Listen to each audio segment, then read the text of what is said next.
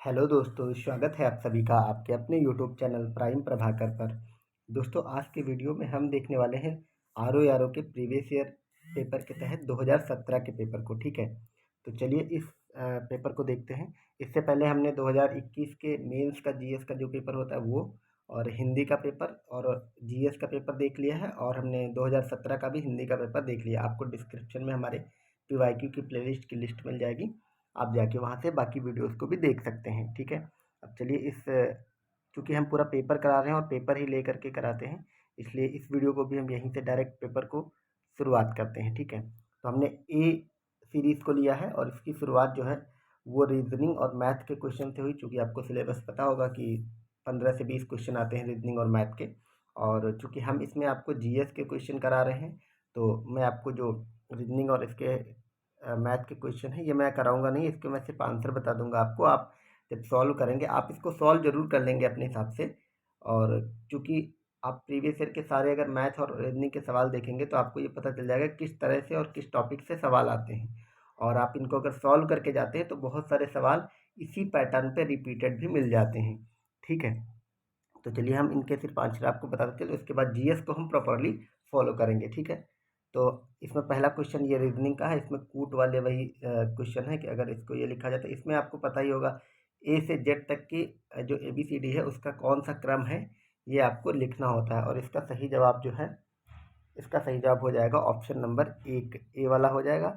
दूसरे वाले में आपको क्या बताना है, आप इसमें ये ज्यामिति का सवाल है, इसमें आपको कोड वगैरह बताने हैं, और इसका सही जवाब हो जाएगा ऑप्शन सी। और तीसरे वाले का जो सही जवाब है वो हो जाएगा ऑप्शन बी। चौथे का जो सही जवाब है वो हो जाए, इस ये दिशा वाले हैं, दिशा वाले सवाल काफ़ी इजी होते हैं, आप लगाएंगे तो ऐसे ही लग जाएंगे। और चौथे का जो सही जवाब है वो हो जाएगा डी, 5 किलोमीटर। पाँचवा इसमें एक श्रेणी बनानी है, और इसका सही जवाब है वो हो जाएगा बी, 336। आप सोच रहे होंगे मैं इसमें सॉल्व नहीं करा रहा हूँ, आंसर ही बता रहा हूँ, तो मैं आपको आंसर ही बताऊंगा क्योंकि मुझे जीएस के क्वेश्चन आपको कराने हैं। ठीक है, छठे का जो जवाब है वो हो जाएगा ऑप्शन बी, सत्य है। इसमें तर्क वाक्य वगैरह को बताना था। ठीक है, और जो हमारा सातवां क्वेश्चन है उसका सही जवाब हो जाएगा ऑप्शन सी। और आठवें में ये लुप्त संख्या बतानी है, और आठवें का सही जवाब हो जाएगा ऑप्शन नंबर डी, 108। नवें का जो सही जवाब है वो हो जाएगा ऑप्शन नंबर ए, और 10वें का सही जवाब हो जाएगा ऑप्शन नंबर बी। 11वें का सही जवाब, ये सब काफ़ी इजी होते हैं इस टाइप के सवाल, इसमें मैथ रीजनिंग काफ़ी इजी टाइप की आती है।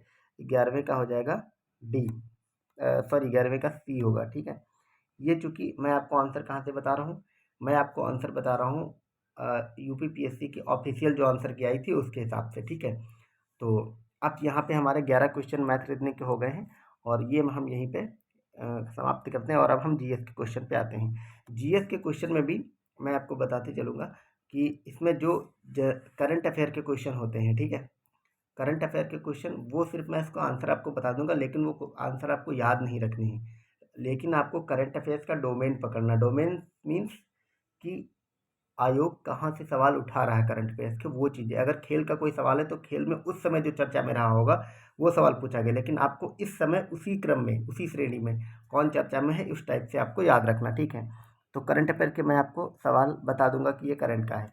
तो अगला हमारा 12वां क्वेश्चन है कि मिग 21 बाइसन लड़ाकू विमान अकेले उड़ाकर इतिहास रचने वाली पहली महिला लड़ाकू पायलट का नाम बताएं। तो ये तो खैर उस समय उन्होंने उड़ाया था, और ये एक करंट का सवाल था, और इसका आंसर हो जाएगा अवनी चतुर्वेदी। अवनी चतुर्वेदी पहली महिला बनी थी, इन्होंने फाइटर प्लेन उड़ाया था मिग 21 बाइसन को। ठीक है, और क्योंकि ये अब नहीं आएगा, ये उस समय करंट में था, लेकिन मैं आपको बता दूं, अगर देश में या विदेश में या पूरे विश्व स्तर पे कहीं पर भी कोई प्रथम महिला कुछ बड़ा अचीव करती है तो वहाँ से सवाल अक्सर बनता है, तो आप इस पर अपनी पैनी नज़र बना के रखेंगे। ठीक है, अब हम चलिए 13वां सवाल देखते हैं कि उस भारतीय जिम्नास्ट का नाम बताएं जिसने फरवरी 2018 में जिम्नास्टिक विश्व कप में पहली बार व्यक्तिगत पदक जीतकर इतिहास रचा। ये इसका सही जवाब हो जाएगा option number A, Arora Buddha Reddy. ये भी करंट का सवाल है, लेकिन आप इसका डोमेन पकड़ेंगे कि ऐसे सवाल पूछे जाते हैं। क्योंकि ये 2017 का पेपर था और ये पूछा 2018 सॉरी ये एग्ज़ाम 2018 में हुआ था, इसीलिए 2018 तक के करंट को सवाल पूछ लिया गया था। ये फिर से रीजनिंग का सवाल आ गया है और इसका सही जवाब हो जाएगा option number A. Next question देखते हैं 15वां सवाल। ये इंग्लिश में भी दिया हुआ है और आपको अगर इस पेपर की एज इट इज़ पीडीएफ चाहिए तो आपको डिस्क्रिप्शन में मेरे टेलीग्राम का लिंक मिल जाएगा, आप उसको ज्वाइन कर सकते हैं। वहाँ पे ये पेपर एज इट इज़ रख दिया जाएगा। ठीक है, अगला क्वेश्चन है विश्व पर्यावरण दिवस 2018 का मुख्य विषय क्या था, यानी कि थीम पूछा है। तो ये 2015 की थीम पूछी, चूँकि आपका पेपर 2024 में हो रहा है 23 वाला, तो आपको 2023 में जो जून में क्या थीम थी वो याद कर लेनी है। ठीक है, तो उस समय 2018 में इसकी जो थीम थी वो ये थी कि प्लास्टिक प्रदूषण को समाप्त करो। अगला question 16 number, Hurun global rich list जो आती हैं, अलग अलग अलग अलग तरह की रिपोर्ट इंडेक्सेस आते हैं, वो आपको याद करने होते हैं। ठीक है, तो वो उस समय 2018 में एक रिपोर्ट आई थी, उसके बारे में ये कथन दिए हुए हैं। आपको ये सब कथन और क्या उस समय सही था नहीं मतलब रखना है, लेकिन आपको इस टाइप की जो रिपोर्टेज आती हैं वो सारी करानी है। मैं भी आपको एग्ज़ाम से पहले सारे रिपोर्ट इंडेक्सेस वगैरह करा दूंगा। ठीक है, तो आप मेरे चैनल पे बने रहें। हालांकि इसके हिसाब से उस समय इसका जो जवाब था वो डी था, 1 और 3 सही था और दूसरा गलत था। तो करंट का इसमें ज़्यादा डीप में जाने की ज़रूरत नहीं है। अब 17वें सवाल पे आते हैं कि अंतर्राष्ट्रीय सौर गठबंधन का प्रथम शिखर सम्मेलन निम्नलिखित में से किस शहर में हुआ था। तो ये नई दिल्ली में हुआ था और अंतर्राष्ट्रीय सौर गठबंधन का मुख्यालय भी, ये एकमात्र ऐसा शायद अंतर्राष्ट्रीय संगठन है जिसका मुख्यालय भारत में है, और ये भारत में कहाँ, ये गुरुग्राम में है। 18 क्वेश्चन है, सुल्तान अजलान शाह कप 2018 कौन जीता। तो ये किसने जीता था, तो ये जीता था ऑस्ट्रेलिया ने। ये 2018 के, आप देख रहे हैं सब करंट के सवाल हैं, करंट में और स्पोर्ट्स से काफ़ी सारे सवाल पूछे जाते हैं। तो कोई भी कप अगर भारत में हुआ, जैसे अभी वर्ल्ड कप हुआ, तो वर्ल्ड कप में जितनी भी डिटेल्स निकल के आई हैं वो आपको रट लेनी है। किसको गोल्डन बैट दिया गया, किसको गोल्डन बॉल दिया गया, विराट कोहली को, मोहम्मद शमी को। मोस्टली अवार्ड इंडिया को गए, लेकिन वर्ल्ड कप अनफॉर्चुनेटली ऑस्ट्रेलिया ने जीता, मतलब भारत के नज़रिए से अनफॉर्चुनेटली ही होगा। नेक्स्ट क्वेश्चन खैर हम देखते हैं 19 नंबर, इसमें कौन सा देश 24वें शीतकालीन ओलंपिक 2022 की मेज़बानी करेगा। तो उसकी ये तो खेल अब हो ही चुका है और इसकी मेज़बानी चीन ने करी थी, आपको पता ही होगा। अब हम चूँकि, लेकिन आपको याद रखना 2024 2026 के ओलंपिक होने हैं, ग्रीष्मकालीन, शीतकालीन, वो सब आपको अब याद रखने हैं। नेक्स्ट कहाँ होने हैं, अमेरिका में होने हैं। अगला क्वेश्चन देखते हैं। अगला हमारा 20वां क्वेश्चन है कि 21वां फीफा विश्व कप 2018 में निम्नलिखित में किस देश में संपादित होगा। तो फीफा विश्व कप कहाँ हुआ था, आप बताइए। 20वां वाला 2018 का फीफा वर्ल्ड कप रूस में हुआ था। ठीक है, लेकिन अब आपको नेक्स्ट फीफा याद रखना कहाँ होना है। अगला क्वेश्चन देखते हैं, ये करंट अफेयर्स के चल रहे हैं तो इसमें आपको ज़्यादा लोड लेने की ज़रूरत नहीं है। ये भी एक रिपोर्ट आई थी, खुशहाली रिपोर्ट 2018 की, उसमें आपको ये सारे कथन लिखे हैं, आपको बताना है कि इसमें से कौन सा सही होगा। ठीक है, तो इसका सही जवाब जो है वो ऑप्शन नंबर बी हो जाएगा, 1 और 2, और इस रिपोर्ट में 155 देश शामिल, ये गलत था। ठीक है, अगला क्वेश्चन चलते हैं 22 नंबर क्वेश्चन पे। और ये 22 नंबर हमारा क्वेश्चन क्या कहता है कि किस देश ने ग्रीन हाउस गैस के उत्सर्जन में कमी करने के लिए 2019 से कार्बन टैक्स लगाने की घोषणा की है। तो ये की थी सिंगापुर ने, कार्बन टैक्स लगाया था। ये करंट के सब सवाल हैं। इस टाइप का अगर विश्व स्तर पे या राष्ट्रीय स्तर पे अगर वर्तमान में कुछ घट रहा है तो वो आपको याद रखना है। हमारा आते हैं हम 23वें क्वेश्चन पे कि 100% सौर ऊर्जा पर चलने वाला भारत का पहला केंद्र शासित प्रदेश कौन सा बनेगा। ठीक है, तो ये जो इसका हमारा सही जवाब है वो हो जाएगा option number B, Diu. Diu जो है वो 100% सौर ऊर्जा पर चलने वाला केंद्र शासित प्रदेश बन गया है। अगला 24 नंबर क्वेश्चन को देखते हैं कि मार्च 2018 में भारत के किस राज्य ने अपने राज्य ध्वज का अनावरण किया है। तो ये हो जाएगा कर्नाटक। कर्नाटक ने अपना राज्य ध्वज बनाया है। ठीक है, नेक्स्ट हम देखते हैं, ये भी करंट का सवाल है, बजट से सवाल है कि केंद्रीय बजट में दिया गया है रक्षा क्षेत्र और किस बजट को कितना आवंटित किया गया है। तो आपको भी आर ओ के अपने और यूपी पीसीएस के एग्जाम से पहले यूपी का बजट और केंद्र का बजट और जो मेन सेक्टर हैं बड़े बड़े, उसको कितना बजट दिया गया है, किस योजना पे कितना व्यय किया गया है या किया जाएगा, तो ये सब क्वेश्चन आपको कर लेने हैं। ठीक है, मैं भी आपको बजट और इकोनॉमिक सर्वे करा दूंगा, यूपी का और राष्ट्रीय स्तर पे दोनों का। ठीक है, तो जो इसका सही जवाब है वो हो जाएगा ऑप्शन नंबर ए। इसमें मिलाने की ज़रूरत नहीं क्योंकि उस समय क्या किससे मिला था कोई मतलब नहीं इसका। ठीक है, फिर करंट का क्वेश्चन है, टेनिस स्टार रोजर फेडरर के बारे में आपको बताना है।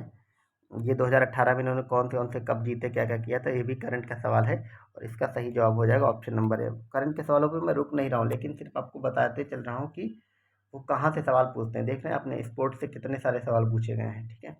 अब यहाँ से हमारे करंट के और मैथ रीजनिंग के सवाल खत्म हो गए। अब जो आंसर मिलेंगे आपको जीएस के, ये आपको प्रॉपरली फॉलो करने हैं और इनको याद भी रखना, क्योंकि यहाँ से बहुत सारे रिपीटेड भी होते हैं, ठीक है। तो नेक्स्ट जो हमारा क्वेश्चन है वो यहाँ पे अभिलेख दिए हैं और कौन सा अभिलेख किस शासक से संबंधित है ये मिलाया हुआ है और आपको बताना है इसमें से कौन सा युग्म सही सुमेलित नहीं है, ठीक है। नहीं है, आपको बताना कौन सा सही सुमेलित नहीं है। तो नासिक का जो अभिलेख है वो गौतमी पुत्र से रिलेटेड है, ये सही है। हाथी गुम्फा अभिलेख खारवेल से रिलेटेड है, ये तो आप सबको पता होगा, ये भी सही है। और गिरनार का अभिलेख रुद्रदामन प्रथम से है, ये भी सही है। लेकिन जो भीतरी का अभिलेख है वो पुलकेशिन द्वितीय से संबंधित नहीं है, इसलिए ऑप्शन सी इसका सही जवाब हो जाएगा। नेक्स्ट देखते हैं। नेक्स्ट आपको मिलाना है, ये आचार्य दिए गए हैं और उनके सिद्धांत दिए गए हैं, तो आप बताइए इसका सही जवाब क्या हो जाएगा। तो जो लकुलिश थे, ठीक है, लकुलिश थे जो, वो पाशुपत संप्रदाय से संबंधित थे। नागार्जुन ने शून्यवाद का सिद्धांत दिया था, आपने सुना ही पढ़ा ही होगा। भद्रबाहु जैन से रिलेटेड थे और गोसाल आजीवक थे, मक्खली गोसाल जिनको कहते हैं, ये आजीवक संप्रदाय से संबंधित थे। और इस प्रकार से इसका जवाब बी सही हो जाएगा, ठीक है। नेक्स्ट देखते हैं, निम्नलिखित में से किस शासक ने विक्रमशिला विश्वविद्यालय की स्थापना की थी। ये सवाल बहुत बार पूछा जाता है बीपीएससी के एग्जाम में, तो ये एकदम उनका फेवरेट सवाल है, पूछा ही जाता है और यूपीपीसी भी इसको पूछता है, ठीक है। तो विक्रमशिला विश्वविद्यालय की स्थापना पाल शासक धर्मपाल ने की थी। फिर नेक्स्ट दिया हुआ है, ये शासक दिए गए हैं और इनका आपको क्रम बताना है, कौन पहले आया था, ठीक है। तो इसमें सबसे पहले यशोवर्मा आए थे, उसके बाद धंग आए थे, उसके बाद विद्याधर आए थे, उसके बाद फिर कीर्ति वर्मा आए थे और इस हिसाब से इसका जवाब ऑप्शन नंबर ए हो जाएगा, ठीक है। नेक्स्ट अगला देखते हैं, गुर्जर प्रतिहार शासकों में से किसकी उपाधि आदि वराह की थी।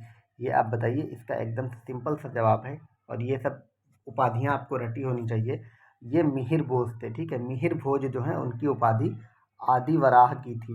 नेक्स्ट देखते हैं कि बिहार के किस जिले ने 100 घंटे में 11,244 टॉयलेट निर्माण करके रिकॉर्ड स्थापित किया था।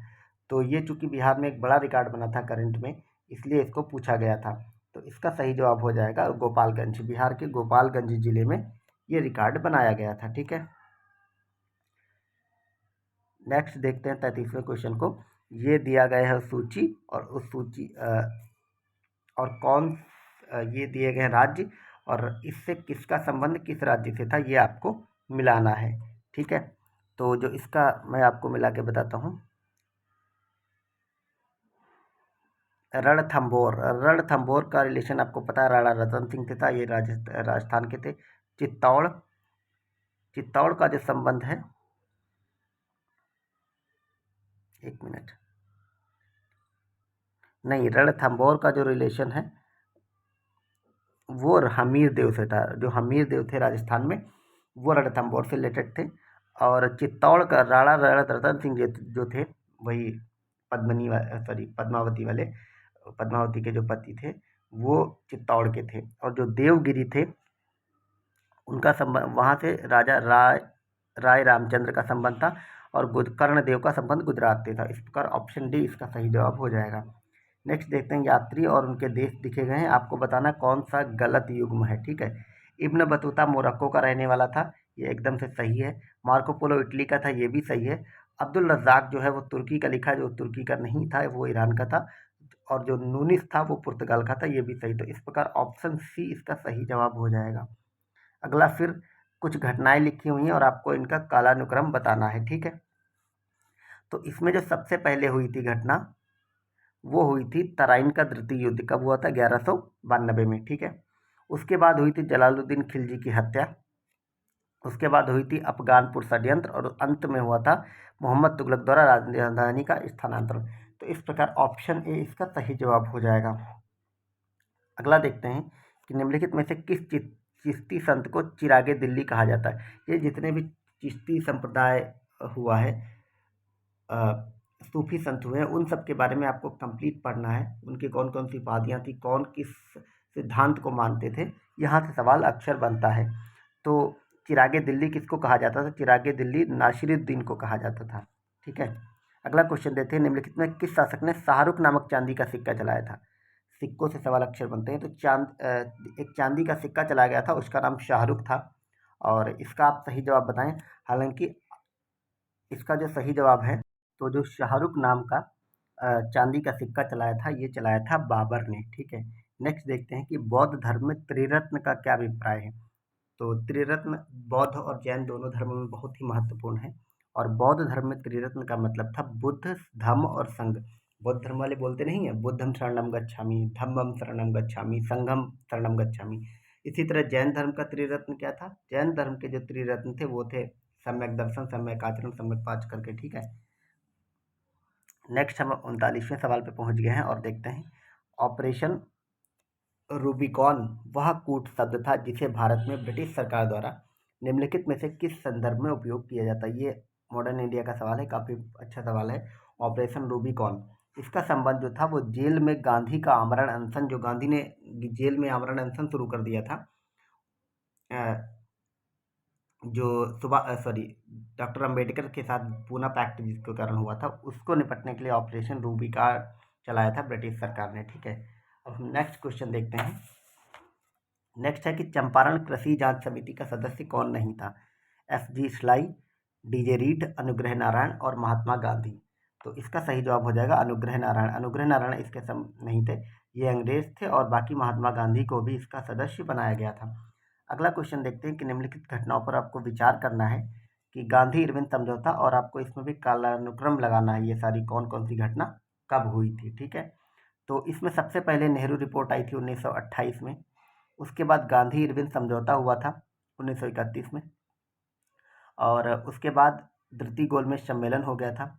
उसके बाद सांप्रदायिक पंचायत आया था। ठीक है, क्योंकि धृति गोलमेज सम्मेलन के बाद ही आया था। तो इस प्रकार ऑप्शन डी इसका सही जवाब हो जाएगा। अब हम नेक्स्ट क्वेश्चन देखते हैं कि सुभाष चंद्र बोस का राजनीतिक गुरु कौन था? ये आप सबको पता होना चाहिए। CR दास, चित्तरंजन दास जो थे वो सुभाष चंद्र बोस के राजनीतिक गुरु थे। अगला देखते हैं, ये विद्रोह लिखें और कौन सा विद्रोह कब हुआ था? आपको बहुत सारे जनजातीय विद्रोह, कृषक विद्रोह पढ़ने हैं मॉडर्न इंडिया में, उनका सन और उसका प्रमुख नेता कौन था, ये मेनली आपको याद रखना है। ठीक है, तो इसमें आपको बताना है, जो अहोम विद्रोह था असम में हुआ था, ये हुआ था 1828 में। ये आपको याद रखना, जब सती प्रथा खत्म हुई थी उसी समय अहोम विद्रोह वहाँ पे चल रहा था। जो कोल विद्रोह वो हुआ था 1831-32 में। संथाल विद्रोह हुआ था ये 1855-56 में। और मोपला विद्रोह 1921 में हुआ था, सबसे बाद में यह हुआ था। ये कहाँ हुआ था? मोपला वाला केरल में। तो इस प्रकार ऑप्शन ए इसका सही जवाब हो जाएगा। अगला देखते हैं कि निम्नलिखित में से किस शासक ने दीवाने अमीर कोही विभाग की स्थापना की थी? दीवाने अमीर कोही, मुगल इंडिया में ये जितने भी विभाग होते थे, उर्दू अरबी में नाम होते थे, फारसी में, ये आपको याद रखना है। एक तो ये याद रखना कि इनकी स्थापना किसने करी थी, एक ये याद रखना कि इसका मतलब क्या होता था। ठीक है, तो दीवाने अमीर कोही को मोहम्मद बिन तुगलक ने बनाया था। ऑप्शन नंबर सी इसका सही जवाब हो जाएगा। ठीक है, नेक्स्ट देखते हैं। नेक्स्ट है, निम्नलिखित में से कौन सा व्यक्ति आज़ाद हिंद फौज से जुड़ा हुआ नहीं था? तो इसमें जो मेजर करतार सिंह थे आज़ाद हिंद फौज से नहीं जुड़े थे। Major general Shahnawaz Khan, colonel Prem Kumar Sahgal और कर्नल शौकत अली इससे रिलेटेड थे। तो इस प्रकार ऑप्शन डी इसका सही जवाब हो जाएगा।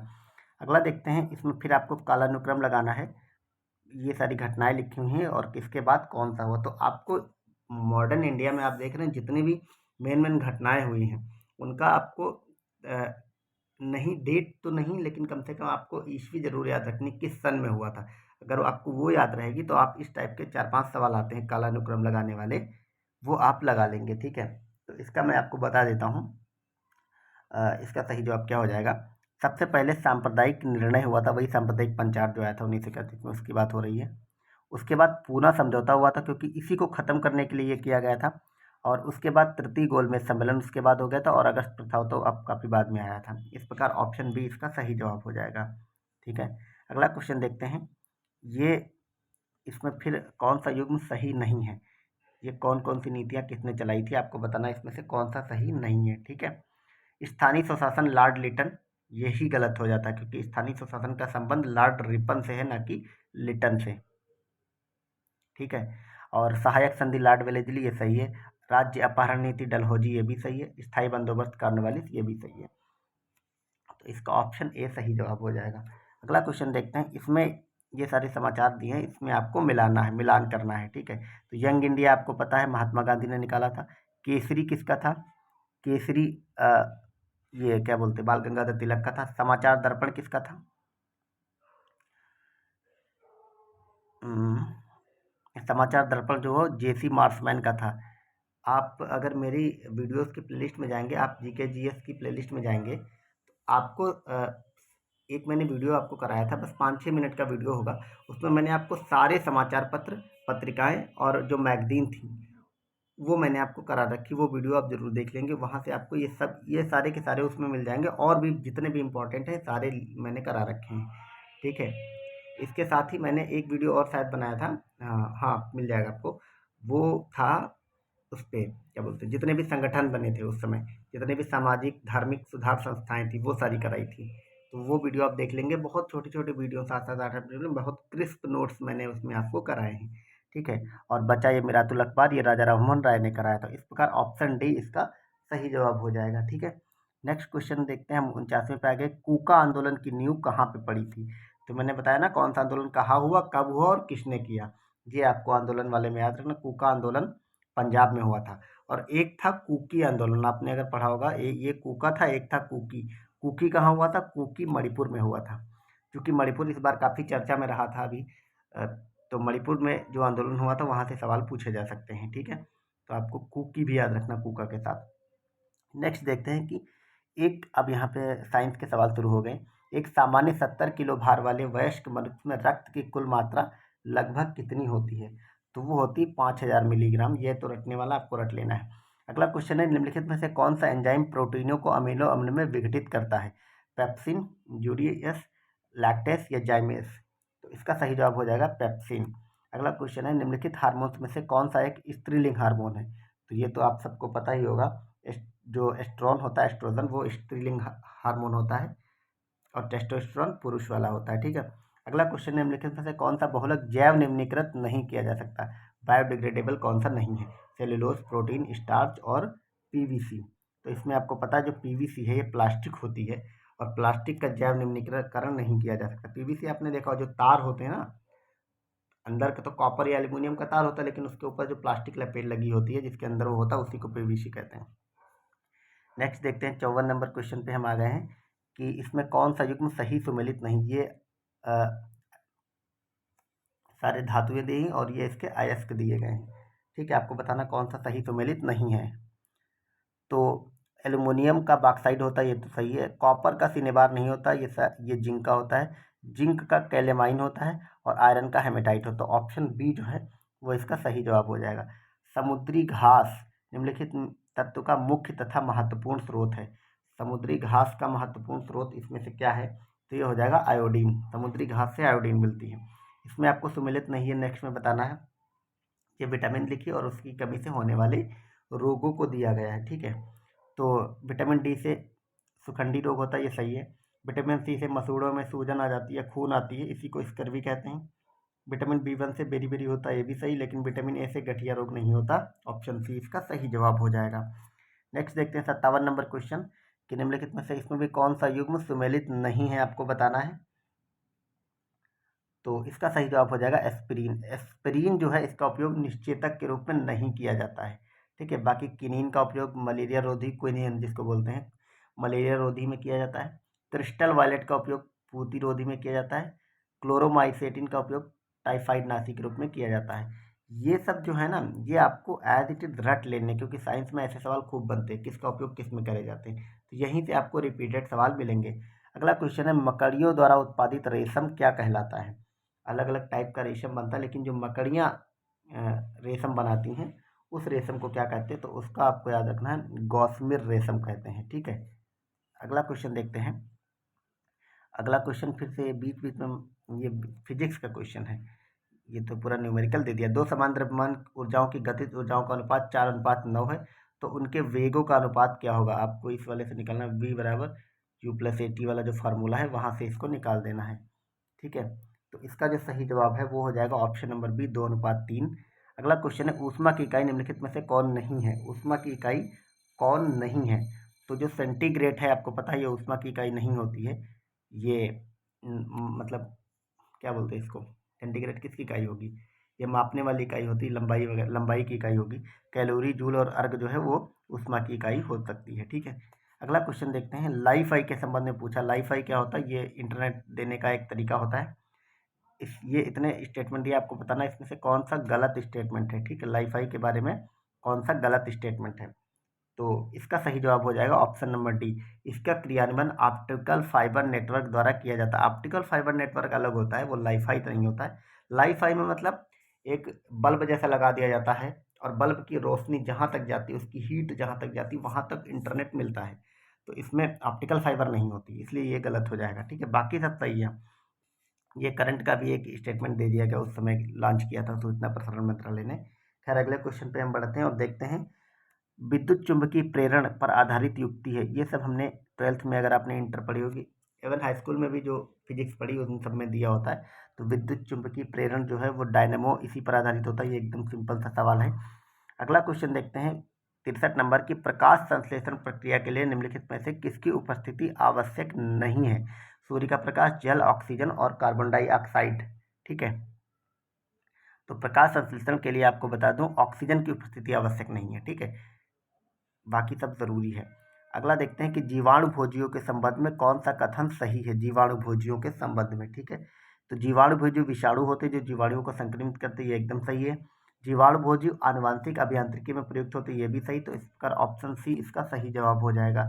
अगला देखते हैं 65 नंबर क्वेश्चन कि ताप के निम्नलिखित में से किस पैमाने में ऋणात्मक मान नहीं होता है? तो ये आपको पता होगा, केल्विन में ऋणात्मक मान नहीं होता है, क्योंकि केल्विन बहुत हाई लेवल पे होता है। ठीक है, अगला क्वेश्चन देखते हैं। ये इंग्लिश वर्जन है, अगर आपको देखना हो तो आप देख सकते हैं। आप पूरा मेरे टेलीग्राम चैनल से आपको इसका लिंक, मतलब ये पूरा का पूरा पेपर मिल जाएगा। अगला क्वेश्चन देखते हैं। ये फसल और पौधारोपण है और सर्वाधिक उत्पादक राज्य आपको बताने हैं। ठीक है, तो जूट का सर्वाधिक उत्पादन भारत में कहाँ होता है? जो जूट सर्वाधिक पश्चिम बंगाल में होती है। इसी और गन्ने का सर्वाधिक उत्पादन कहाँ, सॉरी, चाय का सर्वाधिक उत्पादन जो वो कहाँ होता है? वो असम में होता है। गन्ना का कहाँ होता है? उत्तर प्रदेश में। और रबर केरल में। ये आपको पता भी होगा, ऑप्शन ए इसका सही जवाब हो जाएगा। नेक्स्ट देखते हैं कि भारत के राज्यों में से उत्तर प्रदेश निम्नलिखित में से किन फसलों का अग्रणी उत्पादक है? तो ये यूपी स्पेशल के, यूपी की फसलें वगैरह से खूब सारे सवाल बनते हैं। तो उत्तर प्रदेश किस किस में अग्रणी है, आपको बताना है। तो उत्तर प्रदेश ना गेहूं में अग्रणी है, आलू में और गन्ना में अग्रणी। गेहूं और गन्ना तो आपको पता ही होगा। मूंगफली नहीं होती यूपी में इतना, कपास नहीं होता है, और धान भी नहीं होता, क्योंकि धान पश्चिम बंगाल में होता है। इसलिए ऑप्शन बी वाला जो है वो सही हो जाएगा। ठीक है, अगला क्वेश्चन देखते हैं। इसमें आपको बताना कौन सा सुमेलित नहीं है। फसल दी है और उसकी प्रजाति दी है। ठीक है, तो जो सरसों है ये वरुणा प्रजाति इसी की होती है। सपना मटर की प्रजाति होती है। अलसी सूर्या, सूर्या जो है अलसी की प्रजाति नहीं होती है। और मूंगफली कौशल जो है वो मूंगफली की प्रजाति होती है। इस प्रकार ऑप्शन सी इसका सही जवाब हो जाएगा। अगला क्वेश्चन देखते हैं कि निम्नलिखित में से कौन सा पदार्थ शाकनाशी है? शाकनाशी मतलब जो शाक वगैरह हम बोते हैं उसका जो नाश करता है, इसमें से कौन सा शाकनाशी है? ठीक है, ये सारे उस टाइप के वैसे नाम दिए हुए, आपको बताना है, ये आपको रट ही लेना है एज इट इज। शाकनाशी इनमें से कौन सा? तो ये हो जाएगा ब्यूटाक्लोर। ब्यूटाक्लोर इसमें से शाकनाशी है। अगला देखते हैं, भारत के राज्यों में से कौन सा राज्य चावल का सर्वाधिक उत्पादन प्रति हेक्टेयर करता है? तो ये अभी मैंने आप चावल का सर्वाधिक उत्पादन कहाँ होता है?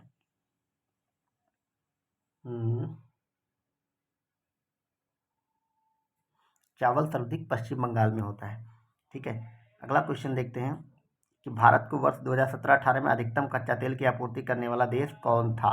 17-18 में आपको पता था सर्वाधिक कच्चा तेल इराक से लेता था, लेकिन वर्तमान में भारत कच्चा तेल सर्वाधिक कहाँ लेता है ये आपको याद रखना। तो वर्तमान में भारत कहाँ से लेता है? आपको याद रखना, वर्तमान में भारत सर्वाधिक कच्चा तेल रूस से ले रहा है, क्योंकि रूस यूक्रेन के युद्ध के बाद रूस ने अपने पेट्रोलियम के दाम काफ़ी कम कर दिए थे, इसलिए भारत वर्तमान में, मैं आपको बता दूं, 50 से 55% ऑयल जो है वो रूस से ले रहा है। ठीक है, इराक तो काफ़ी पीछे चला गया है। अब आपको बताना है कौन सा सुमेलित नहीं है, ठीक है। तो अमरबेल तना परजीवी है, ये सही है। चंदन जड़ परजीवी, ये भी सही है। आर्किड एपीफाइट है, अधिपादप है, ये भी सही है। घटपर्णी जलोद्भिद है, ये गलत है, ठीक है। तो ऑप्शन डी इसका सही जवाब हो जाएगा।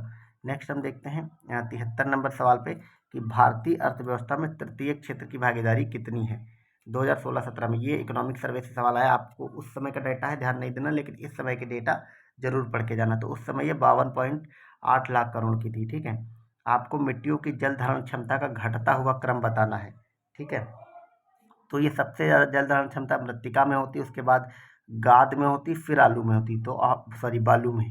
तो सर्दी इसका ए नंबर सही हो जाएगा। अगला क्वेश्चन देखते हैं। ये संस्थान है और इनके स्थान, ये उत्तर प्रदेश के संस्थान। मैंने आपको यूपी स्पेशल के तहत एक वीडियो कराया है, बस 2 मिनट का वीडियो है, वो आप देख लेंगे। मैंने उसमें आपको यूपी के सारे संस्थान करा रखे हैं। वो छोटा सा वीडियो 2 मिनट का, आप अगर 2-3 बार देख लेंगे तो आपको यूपी के सारे संस्थान याद हो जाएंगे, ठीक है। तो इसमें आपको बताना है कौन सा सही सुमेलित नहीं है, ये आपको बताना है। भारतीय सब्जी अनुसंधान संस्थान वाराणसी में है, ये सही है एकदम। केंद्रीय उपोष्ण उद्यान अनुसंधान संस्थान श्रीनगर, ये गलत है, ये श्रीनगर में नहीं है।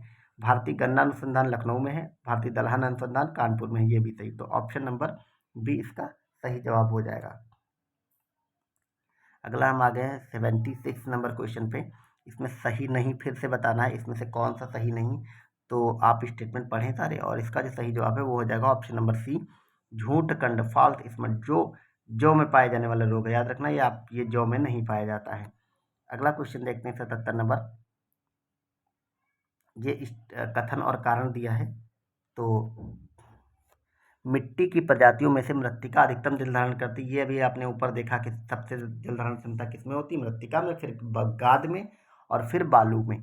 तो ये स्टेटमेंट तो एकदम सही हो जाएगा। फिर मृत्तिका में रंध्राकाश बड़े आकार के पाए जाते हैं, तो आप ये भी सही है, क्योंकि इसी रंध्राकाश के कारण ही उसकी जल धारण क्षमता अधिक होती है। तो इसका ऑप्शन नहीं, सॉरी, इसमें रंध्राकाश छोटे छोटे पाए जाते हैं, गलत नहीं, ये गलत हो जाएगा। हाँ ठीक है। तो इस प्रकार इसका ऑप्शन सी सही हो जाएगा। ए सत्य है और आर असत्य है। वो मैंने जो ऊपर एक्सप्लेनेशन दी वो गलत थी। प्रथम दीनदयाल हस्तकला संकुल व्यापार सुविधा केंद्र कहाँ पे अवस्थित है, तो ये अवस्थित है वाराणसी में। ये उस समय व्यवस्थित मतलब इसकी स्थापना की गई थी। ये तो आपको मतलब इस तरह के यूपी में कहाँ पे कौन सा संस्थान या वो रोका गया है, वो आपको याद कर लेने हैं, ठीक है। नेक्स्ट देखते हैं हम 79 नंबर क्वेश्चन पे आ गए हैं। यह है कि स्टॉक एक्सचेंज में निम्नलिखित में से कौन सा सट्टेबाज नहीं है, दलाल, मंदड़िया, तेजड़िया और स्टैग। तो ये हो जाएगा दलाल। जो दलाल होता है उसका अपना सट्टा नहीं लगाता है वो, ठीक है। अगला क्वेश्चन देखते हैं कि किस वस्तु का 2017 में भारत से निर्यात सर्वाधिक रहा था।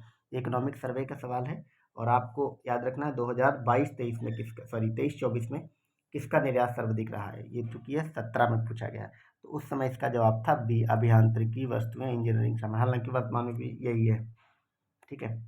81 नंबर सवाल पे आते हैं और देखते हैं कि निम्नलिखित में से कौन सी एजेंसी भारत में कृषि सामानों के निर्यात से सम्मिलित नहीं है। तो इसमें जो है, जो इफ्को है, याद रखना आपको, इफ्को जो है वो उर्वरक से रिलेटेड काम करती है भारत में, तो ये निर्यात से संबंधित नहीं है। बाकी नैफेड, स्टेट ट्रेडिंग कॉरपोरेशन और एमएमटीसी ये निर्यात से संबंधित हैं। अगला 82 नंबर क्वेश्चन पे हम आ गए, और हम देखते हैं कि बांध और कौन सा बांध किस नदी पे है, इसको आपको मिलान करना है, ठीक है। तो जो दुलहस्ती बांध है वो चिनाब नदी पे बना हुआ है। गांधी सागर बांध चंबल नदी पे बना हुआ है। उकाई बांध जो है वो तापी नदी पे है, और तवा बांध जो है वो तवा नदी पे है। तो इस प्रकार इसका ऑप्शन नंबर डी सही जवाब हो जाएगा। अगला क्वेश्चन देखते हैं। घास के मैदान दिए हैं, और ये घास के मैदान तो काफ़ी आप रट लीजिए, क्योंकि यहाँ से सवाल बनते हैं ज्योग्राफी में, वर्ड में।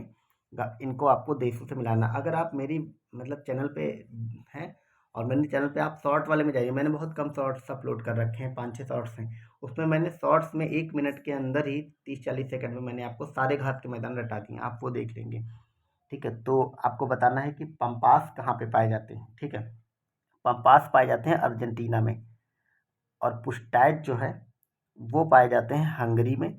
वेल्ड कहाँ पाए जाते हैं, वेल्ड पाए जाते हैं इसमें दक्षिण अफ्रीका में और डाउन्स ऑस्ट्रेलिया में। तो इस प्रकार ऑप्शन नंबर ए इसका सही जवाब हो जाएगा। अगला क्वेश्चन है, ट्राई निम्नलिखित में से किस क्षेत्र की नियामक संस्था? ये तो काफ़ी चर्चा में रहती है। तो ये ट्राई जो है वो दूर संचार की है, आपको याद रखना। ये मोबाइल, इंटरनेट और ये मतलब जो जितनी भी दूर संचार वाली तकनीकें हैं उस पर नियंत्रण भारत में ट्राई करती है। अगला क्वेश्चन देखते हैं, 85 नंबर क्वेश्चन पे हम आ गए हैं कि जापान के निम्नलिखित 4 द्वीपों का उत्तर से दक्षिण अनुक्रम आपको लगाना है। ये जापान अलग अलग द्वीपों में बटा हुआ, तो आपको उत्तर से दक्षिण बताना है कौन सा होगा। ठीक है, तो मैं आपको बता दूं, सबसे पहले होकाइडो आता है, उसके बाद होन्शु आता है, फिर शिकोकू आता है और फिर क्यूशू आता है। तो इसको आप ऐसे याद कर लेंगे, मतलब ऐसे तो नाम इसमें कन्फ्यूजन होगा हमें। आप इसमें याद कर लें पहले एच एच एच और क्यू।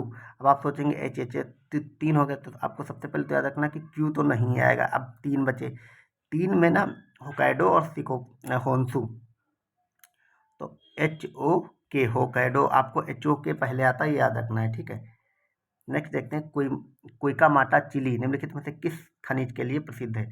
कुइकामाटा चिली में एक जगह है, ये बहुत ही फेमस है, अक्सर इससे क्वेश्चन एग्जाम में बनता है, आपको याद रखना ये तांबे के लिए फेमस है, कॉपर के लिए। ठीक है, नेक्स्ट क्वेश्चन देखते हैं, निम्नलिखित में से कौन सा शैल समूह भारत में धात्विक खनिजों का प्रमुख स्रोत है? भारत में धात्विक खनिजों का प्रमुख स्रोत ये कौन सा समूह है? भारत अलग अलग समूहों में बटा हुआ है खनिजों के हिसाब से, टर्सरी समूह, गोंडवाना समूह, विंध्यन समूह और धारवाड़ समूह। तो जो इसका सही जवाब हो जाएगा वो हो जाएगा धारवाड़ समूह। धारवाड़ क्रम की चट्टानों में सर्वाधिक खनिज पाया जाता है। अगला देखते हैं, इंडिया स्टेट फॉरेस्ट रिपोर्ट 2017 की है, इसमें कुल भौगोलिक क्षेत्रफल कितना प्रतिशत वन आच्छादित है भारत में?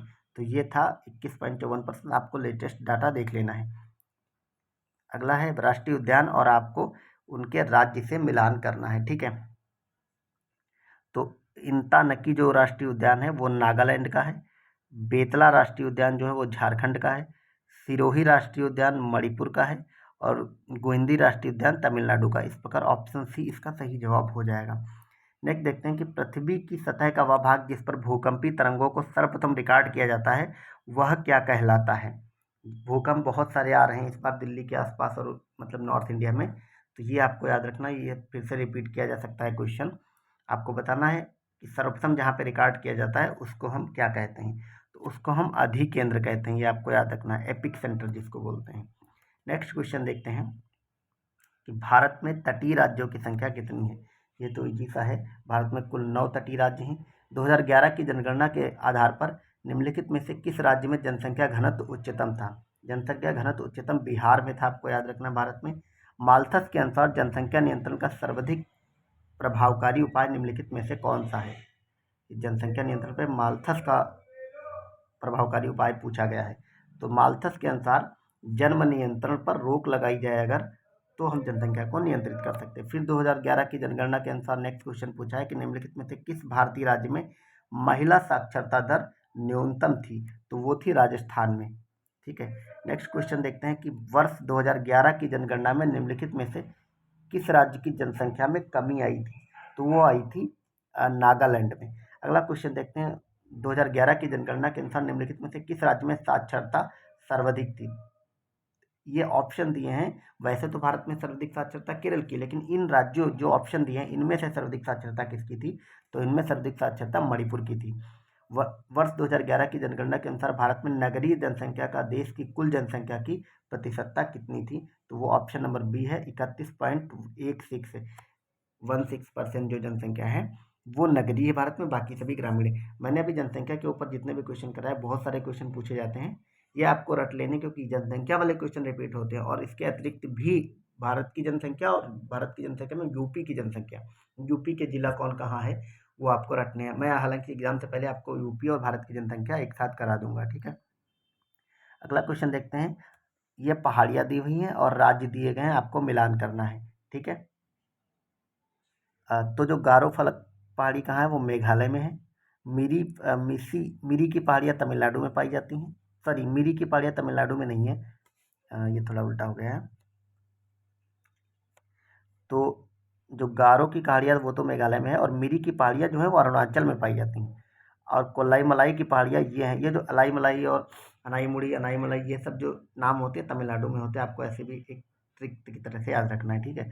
और बाकी डालमा की पहाड़ियाँ कहाँ, ये तो है झारखंड में, तो इसका ऑप्शन ए इसका सही जवाब हो जाएगा। नेक्स्ट देखते हैं 99 क्वेश्चन। फिर 2011 की जनगणना के अनुसार निम्नलिखित में से किस राज्य में नगरीय जनसंख्या की प्रतिशतता न्यूनतम थी? तो सबसे कम नगरीय जनसंख्या हिमाचल प्रदेश में पाई जाती है, आपको याद रखना है। 2011 की जनगणना के अनुसार निम्नलिखित में से कौन सा राज्य साक्षरता दर एवं नगरीकरण के स्तर में भारत में दूसरे स्थान पर है? तो पहले, दूसरे और अंतिम स्थान आपको जरूर याद रखने हैं। तो इसमें जो था वो था मिजोरम, ठीक है।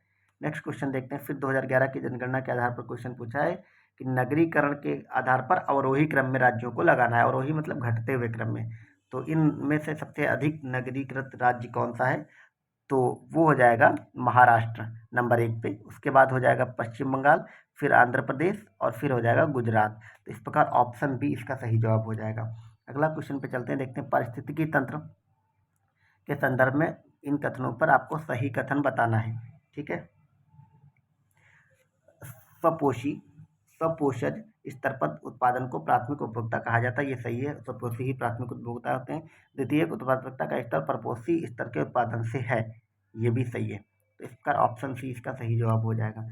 अगला क्वेश्चन देखते हैं कि एक पारिस्थितिकी तंत्र में ऊर्जा की मात्रा एक पोषण स्तर से अन्य स्तर में स्थानांतरण के पश्चात बढ़ती है, घटती, स्थिर रहती, बढ़ सकती है, घट सकती है, आपको बताना है। तो ये आपको पता होगा कि ये 10% का एक रूल होता है एक पोषण स्तर से दूसरे पोषण स्तर में जाने पर, कि एक पोषण स्तर से दूसरे पोषण स्तर में जाने पर केवल 10% ऊर्जा ही पहुंचती है, बाकी की ऊर्जा वह स्वयं यूज कर लेता, तो इस प्रकार यानी कि वो घट जाती है, ठीक है। ऑप्शन बी इसका सही जवाब हो जाएगा। अगला हम देखते हैं, इसमें आपको बताना है कि निम्नलिखित में से किस प्रकार के वनों में अधिकतम पादप विविधता पाई जाती है? तो जो अधिकतम पादप विविधता है उष्ण कटिबंधीय सदाबहार वनों में पाई जाती है, ये आपको पता होगा। अगला देखते हैं 2011 की जनगणना के अनुसार भारत की कुल नगरीय जनसंख्या में महानगरों की जनसंख्या की प्रतिशतता आपको बतानी है। महानगर कितने प्रतिशत हैं, ठीक है। तो महानगर जो है 42.61% है, मतलब महानगरों नहीं है, महानगरों में जो जनसंख्या निवास करती है वो है 42.61%, ठीक है। नेक्स्ट देखते हैं 106 नंबर क्वेश्चन पे। जनगणना से बहुत सारे सवाल आते हैं कि वर्ष 2011 की जनगणना के अनुसार उत्तर प्रदेश में साक्षरता दर 2001 से 11 तक की वृद्धि हुई थी, तो वो वृद्धि कितने परसेंट थी? तो वृद्धि 13.45% थी। ये डेटा आपको एज इट इज रट लेने हैं, यहाँ से बार बार क्वेश्चन रिपीट होंगे। अगला क्वेश्चन देखते हैं कि उत्तर प्रदेश में निम्नलिखित में से कौन सा शहर निर्यात विकास केंद्र नहीं है? तो इसमें इलाहाबाद नहीं है, मेरठ, खुर्जा और आगरा मतलब निर्यात विकास केंद्र हैं यहाँ पर, ठीक है। अगला क्वेश्चन देखते हैं कि पंडित दीनदयाल उपाध्याय पशु चिकित्सा विज्ञान विश्वविद्यालय एवं गौ रक्षा अनुसंधान संस्थान कहाँ पे स्थित है? ठीक है, तो वो स्थित है मथुरा में। ये सारे संस्थान आपको रट लेने हैं, ठीक है। अगला क्वेश्चन देते हैं, नोएडा उत्तर प्रदेश के किस जिले में स्थित है? ये एकदम सिंपल सा सवाल पूछ लिया है, आपको पता होगा नोएडा गौतम बुद्ध नगर जिले में है, ठीक है। अगला क्वेश्चन देखते हैं कि उत्तर प्रदेश के वर्ष 2018-19 के बजट का आकार कितना था?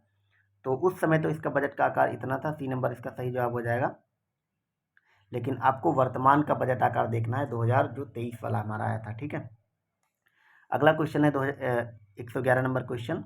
इसमें कथन और कारण वाला क्वेश्चन है। भोजपुरी पूर्वी उत्तर प्रदेश की लोक भाषा है, ये सही है। पूर्वी उत्तर प्रदेश के लोग अन्य भाषाओं में असहज होते हैं, नहीं ऐसा तो नहीं है, आप ये तो नहीं कह सकते ना कि बाकी भाषाओं में असहज होंगे, तो ये गलत हो जाएगा, ये तो कॉमन सेंस का भी सवाल है। तो ऑप्शन सी इसका सही हो जाएगा, ए सही किंतु आर गलत है। नेक्स्ट देखते हैं कि उत्तर प्रदेश का कौन सा जनपद दशहरी आम का सर्वोच्च उत्पादक है? ये एकदम बढ़िया सा, ये लखनऊ है। आपको आपने सुना होगा लखनऊ के मलिहाबादी आम बहुत फेमस हैं, ठीक है, वो दशहरी आम होते हैं। अगला क्वेश्चन देखते हैं कि पृथ्वी का सर्वाधिक बृहद पारिस्थितिक तंत्र निम्नलिखित में से कौन सा है? तो ये भी एकदम सिंपल सा सवाल है। सर्वाधिक बृहद जो पारिस्थितिक तंत्र है वो जैव मंडल होता है, क्योंकि जैव मंडल में स्थल मंडल और जैव मंडल दोनों आ जाते हैं, सॉरी जल मंडल। अगला क्वेश्चन देखते हैं कि उत्तर प्रदेश का सबसे पूर्वी शहर निम्नलिखित में से कौन सा है? तो सबसे पूर्वी शहर बलिया है, क्योंकि बलिया से बिहार की सीमा लगती है।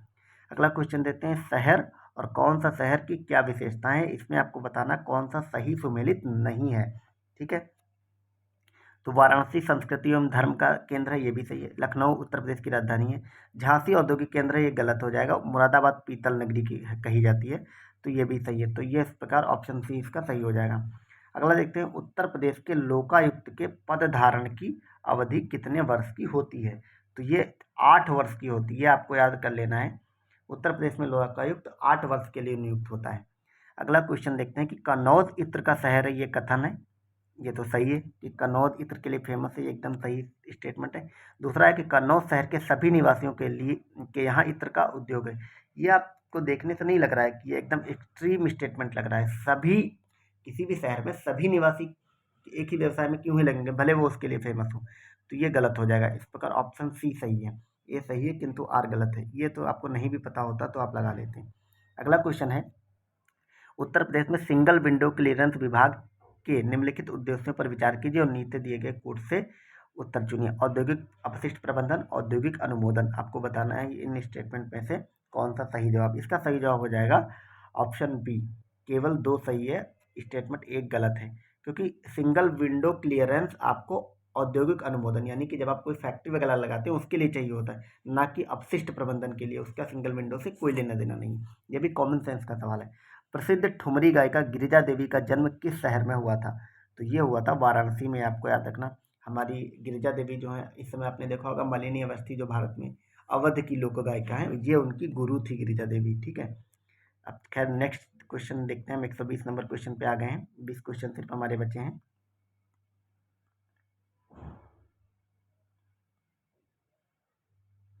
तो अगला है, पंचायती राज संस्थाओं में महिलाओं के लिए आरक्षित सीटों के संदर्भ में निम्नलिखित में से कौन सा कथन सही है? इसका प्रावधान संविधान के अनुच्छेद 243D3 में किया गया। यह आरक्षण अनुच्छेद 334 में विनिर्दिष्ट अवधियों की समाप्ति पर प्रभावी नहीं होगा, ये आपको बताना है। तो इसमें इसका सही जवाब जो है वो हो जाएगा ऑप्शन नंबर ए, क्योंकि ये प्रभावी रहेगा, इसलिए ऑप्शन नंबर 2 गलत है। अगला देखते हैं, अनुच्छेद 170 के अनुसार किसी राज्य की विधानसभा के सदस्यों का न्यूनतम तथा अधिकतम संख्या कितनी हो सकती है? तो ये एक तो सिंपल सा है, 60 और 500। अधिकतम संख्या 500 और न्यूनतम 60 हो सकती है। नेक्स्ट देखते हैं कि 22 नंबर सवाल, भारतीय संविधान के 70वें संशोधन द्वारा भारत के राष्ट्रपति के चुनाव में जिन 2 केंद्र शासित प्रदेशों को भाग लेने का अधिकार है वो कौन सा है? तो आपको याद रखना, वो है दिल्ली और पुडुचेरी। ऑप्शन नंबर बी इसका सही जवाब हो जाएगा।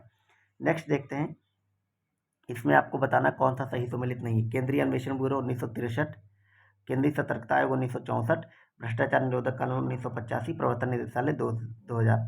आपको बताना इसमें से कौन सा गलत है। तो इसमें केंद्रीय अन्वेषण ब्यूरो जो CBI है वो 1963 में नहीं स्थापित हुई थी, ये गलत है, बाकी सब सही है। ठीक है, नेक्स्ट देखते हैं कि प्रशासनिक सुधार आयोग 1967 ने जिसने पहली बार लोकपाल तथा लोकायुक्त बनाने की संस्तुति दी थी, इसके अध्यक्ष कौन थे? ये एकदम सिंपल है, बहुत चर्चा में रहते हैं, मोरारजी देसाई थे इसके अध्यक्ष।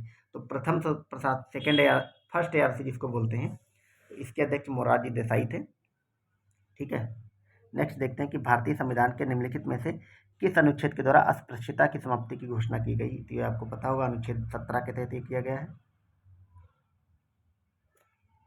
नेक्स्ट क्वेश्चन देखते हैं 126 नंबर पे, भारत के संदर्भ में कौन सा कथन सही आपको बताना है। ये 2017-18 के सारे डेटा लिखे हुए हैं, आपको पढ़ने की ज़रूरत नहीं है, आपको बस वर्तमान में देखना। देख रहे हैं आप, राजकोषीय घाटा, राजकोषीय घाटा, राजकोषीय घाटा, यानी कि आपको वर्तमान का जो राजकोषीय घाटा है उसको पढ़ लेना है। ठीक है, इसमें क्या सही था उससे मतलब नहीं, हालांकि इसका जवाब 1 और 2 हो जाएगा।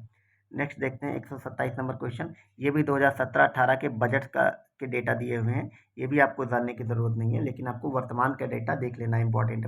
ठीक है, इसका पर सही जवाब हो जाएगा ये दोनों सही है और इसका स्पष्टीकरण भी सही है। ठीक है, अगला देखते हैं कि भारत के बाह्य क्रेडिट में 2017 तक मुख्य अवयव कौन सा रहा था। बाह्य क्रेडिट का मतलब ये पूछ रहे हैं कि जो विदेशी मुद्रा भंडार है, इसमें सबसे ज़्यादा अवयव किसका रहा था। हालांकि ये 17 में पूछा है, वर्तमान में आपको देखना है किसका सबसे ज़्यादा है। तो इसका सबसे ज़्यादा वाणिज्यिक ऋण का था। वो बाह्य क्रेडिट की बात हो रही, विदेशी मुद्रा भंडार की बात नहीं हो रही। बाह्य क्रेडिट मतलब भारत ने जो उधार ले रखा है उसमें सर्वाधिक किस रूप में लिया, तो वाणिज्यिक ऋण सर्वाधिक भारत ने लिया है। ठीक है, अगला देखते हैं 129 नंबर क्वेश्चन को कि निम्नलिखित भारतीय संविधान के 73वें संविधान संशोधन के बारे में कौन सा कथन सही नहीं है। 73वां संविधान संशोधन वही पंचायती राज वाला जो था, इसमें सही कथन आपको बताना है, ठीक है। इसमें पंचायतों को स्वशासन की संस्था स्वीकार किया गया था, ये सही है। इसमें शहरी स्थानीय निकाय को स्वशासन की संस्था स्वीकार किया गया था, ये गलत है। ऑप्शन नंबर इसलिए इसका सी हो जाएगा, केवल एक, क्योंकि शहरी स्थानीय निकाय के लिए 74वां संविधान संशोधन किया गया था, ठीक है। फिर अगला 130 नंबर क्वेश्चन देखते हैं कि दिसंबर 2017 में भारत सरकार की हिस्सेदारी निम्नलिखित में से किस बैंक में सर्वाधिक थी। हालांकि ये 17 का है करंट का सवाल, इसका सही जवाब हो जाएगा यूनाइटेड बैंक ऑफ इंडिया। ये आपको करंट के लिए वर्तमान में नहीं याद रखना है, क्योंकि अब हो सकता बदल गई हो। अगला हम देखते हैं कि भारत की जनगणना 2011 के अनुसार उत्तर प्रदेश के निम्नलिखित में से किस जिले की साक्षरता दर सर्वाधिक है। ये अच्छा सवाल है, आपको याद रखना है कि उत्तर प्रदेश में सर्वाधिक जो साक्षरता दर है वो गाजियाबाद की है। अगला देखते हैं, काष्ठ नक्काशी घरेलू उद्योग के लिए उत्तर प्रदेश का कौन सा नगर प्रसिद्ध है। तो काष्ठ के लिए सहारनपुर फेमस है, ठीक है, ऑप्शन नंबर बी।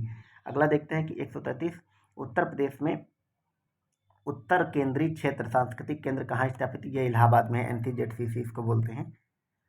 अगला क्वेश्चन देखते हैं, उत्तर प्रदेश को भारत का शक्कर का कटोरा क्यों कहा जाता है। ये इतने सारे स्टेटमेंट लिखे हैं गन्ना चीनी मिल वगैरह के, आपको बताना है कि इस पर स्पष्टीकरण में कौन सही है। तो इसमें 1 और 3 सही है, बाकी गलत। 1 और 3 का क्या है कि उत्तर प्रदेश में गन्ने का सर्वाधिक उत्पादन होता है और उत्तर प्रदेश में चीनी मिलों की संख्या सर्वाधिक है, ठीक है। उत्तर प्रदेश में गन्ना अभियांत्रिकी शिक्षा संस्थान है, ये गलत है। उत्तर प्रदेश में गन्ना उत्पादों की संख्या सर्वाधिक है, ये भी गलत है, ठीक है। तो ऑप्शन ए इसका सही हो जाएगा। अगला देखते हैं कि उत्पादक कीमत सूचकांक क्या मापता है। तो ये मापता है उत्पादित वस्तुओं और सेवाओं की कीमत के औसत परिवर्तन को, ठीक है। तो ऑप्शन ए इसका सही जवाब हो जाएगा। अगला क्वेश्चन देखते हैं 136 नंबर कि 2017-18 के संघ बजट, ये फिर बजट का सवाल आ गया है। आपको बताना क्या घटित नहीं हुआ था इसमें आपको, लेकिन आपको याद रखना आपको 23-24 वाला बजट पढ़ना है। इस बजट में क्या सही है इसका मतलब नहीं, हालांकि इसका जवाब हो जाएगा ऑप्शन नंबर बी। अगला देखते हैं कि एक व्यक्ति, ये रीजनिंग के सवाल आ गए हैं। 37 नंबर में इसका आंसर बता देता हूँ, ए सही है। 38 नंबर में सी इसका सही जवाब हो जाएगा, ठीक है। फिर यहाँ पे रीजनिंग का सवाल आ गया है, इसका सही जवाब हो जाएगा option number D. Last 140 number सवाल हमारा क्या कहता है कि भारत के निम्नलिखित राज्यों में थारू जनजाति कहाँ पे निवास कर रही है। तो ये आपको पता होगा, थारू जनजाति यूपी में निवास करती है और कुछ इसकी मात्रा उत्तराखंड में पाई जाती है। तो इस प्रकार ऑप्शन डी इसका सही जवाब हो जाएगा। तो इस प्रकार हमने 2017 के जीएस के पूरे पेपर को देख लिया। हमने 2017 के हिंदी के पेपर को ऑलरेडी कवर करा रखा है।